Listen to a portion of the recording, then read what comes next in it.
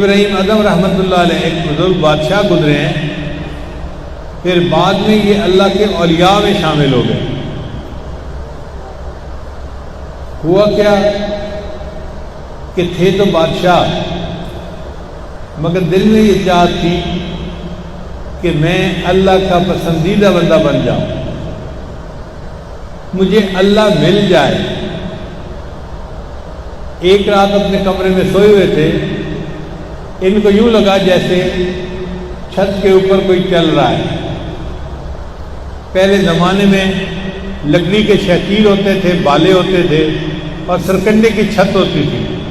ان چھتوں پہ جب کوئی چلتا تھا نا تو نیچے سونے والے کو اس کے قدموں کی آواز سنائی دیتی تھی، پتہ چلتا تھا کہ چھت کے اوپر کوئی چل رہا ہے۔ آج کل تو کنکریٹ کی چھتیں ہوتی ہیں، پتہ نہیں چلتا اوپر کیا ہو رہا ہے کیا نہیں ہو رہا۔ تو ان کو جب آواز آئی کوئی چلنے کی تو یہ کمرے سے باہر نکلے اور انہوں نے آواز لگائی، کون ہے جو میرے مکان کی چھت پہ چل رہا ہے؟ تو آواز آئی کہ میں تمہارا دوست ہوں۔ پوچھا رات کے وقت کیا کر رہے ہو؟ اس نے کہا اپنا اونٹ تلاش کر رہا ہوں۔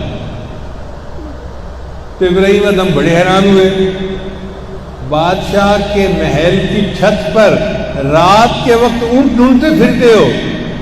اس نے کہا یہ اتنے تعجب والی بات نہیں ہے، جتنے تعجب والی بات یہ ہے کہ تم شاہی کی زندگی گزار رہے ہو اور اسی دنیا میں رہتے ہوئے تم اللہ کو ڈھونڈتے پھر رہے ہو۔ اوپر جا کے دیکھا تو کوئی تھا نہیں۔ اللہ نے تو ان کی زندگی بدلنی تھی نا، تو دل پہ ان کے چوٹ پڑی کہ مجھے اگر اللہ کو پانا ہے تو اپنی زندگی کو بدلنا پڑے گا۔ پھر ایک اور واقعہ پیش آیا۔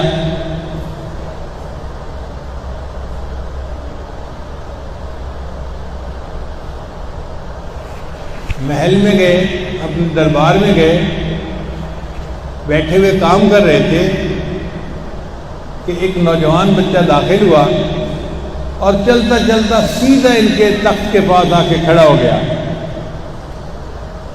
انہوں نے اس سے کہا کہ تمہیں پتہ نہیں تم کہاں آئے ہو؟ اس نے کہا جی میں سرائے میں آیا ہوں۔ سرائے کہتے ہیں موٹل کو، جو کمرہ انسان کرائے پہ لے کے رات رہتا ہے پھر آگے چلا جاتا ہے۔ ان کہیں یہ میرا محل ہے، تم اسے موٹل کہہ رہے ہو؟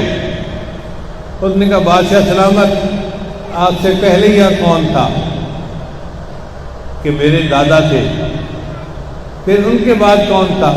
میرے والد تھے۔ پھر اس کے بعد کون؟ اب میں ہوں۔ جب آپ چلے جائیں گے پھر کون ہوگا؟ میری اولاد ہوگی۔ اس نے کہا سرائے اسی کو تو کہتے ہیں، موٹل اسی کو تو کہتے ہیں۔ ایک آتا ہے اپنی باری گزارتا ہے چلا جاتا ہے، پھر دوسرا آتا ہے، پھر تیسرا آتا ہے۔ اب تمہاری باری ہے، تم اس محل میں رہ رہے ہو، ایک وقت آئے گا کہ تم بھی چلے جاؤ گے۔ تو رات کے واقعے سے دل کے اوپر اثر تو پہلے ہی تھا، اس واقعے نے اور چوٹ لگا دی۔ تو سوچا کہ مجھے اپنی زندگی کو اللہ کے لیے بدلنا پڑے گا۔ جلدی جلدی دفتر بند کیا اور گھر آ گئے۔ اللہ کی شان دیکھیں، ان کے گھر میں خادمائیں تھیں جو گھر کے کام کرتی تھیں۔ ایک خادمہ ان کے کمرے کی صفائی کرتی تھی اور ان کا بستر بناتی تھی۔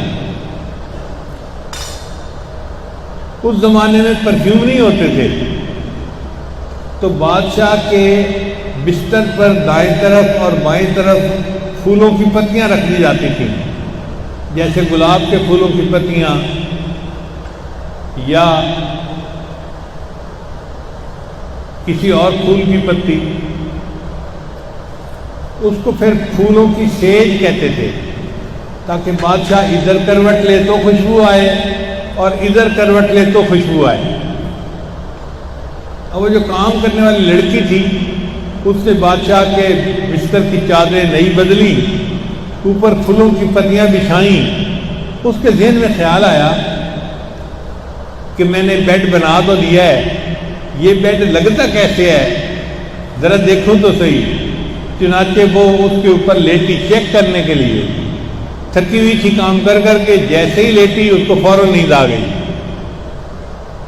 اب ابراہیم اعظم جب اپنے کمرے میں آئے تو انہوں نے دیکھا کہ ان کے بستر کے اوپر ایک نوکرانی سوئی ہوئی ہے، تو بڑا غصہ آیا، اس نوکرانی کی جرت، یہ میرے بستر پہ لیٹے۔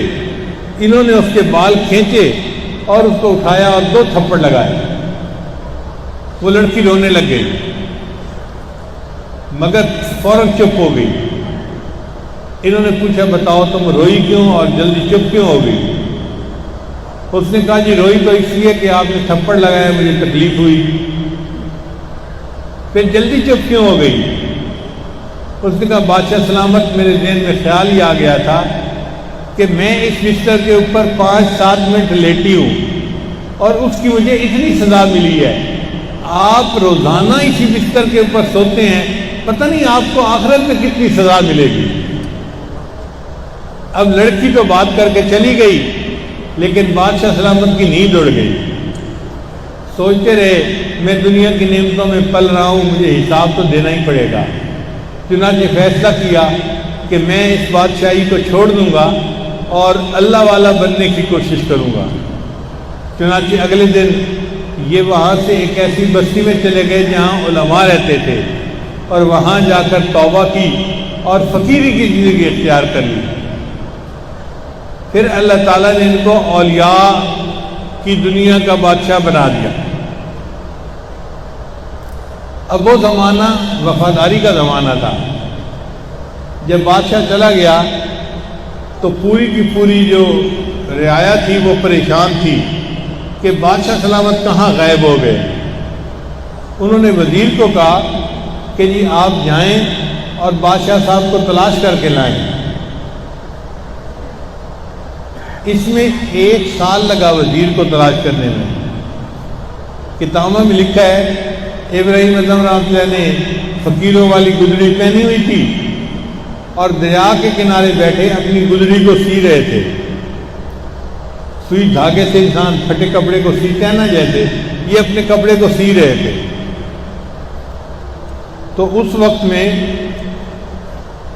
وزیر ان کے پاس آیا اور اس نے آ کے کہا کہ بادشاہ سلامت آپ تو ملک چھوڑ کے آ گئے، لوگ ابھی بھی آپ کو یاد کرتے ہیں، اور انہوں نے مجھے کہا ہے کہ جاؤ بادشاہ کو ڈھونڈ کے لاؤ، آپ پلیز میرے ساتھ چلیں اور بلخ کی بادشاہی سنبھالیں۔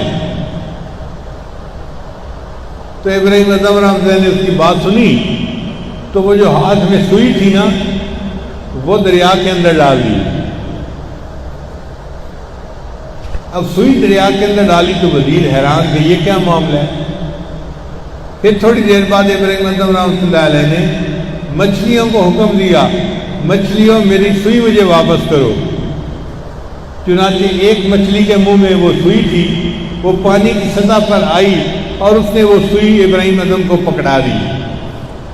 تو ابراہیم اعظم نے اپنے وزیر سے کہا مجھے یہ بتاؤ وہ بادشاہی دنیا کی اچھی تھی یا یہ بادشاہی دنیا اچھی؟ تو اللہ تعالیٰ اس فقیری میں بھی بندے کو روحانی دنیا کی بادشاہی عطا فرما دیتے ہیں، لیکن جو اس کے لیے محنت کرتا ہے وہ اسے پا لیتا ہے۔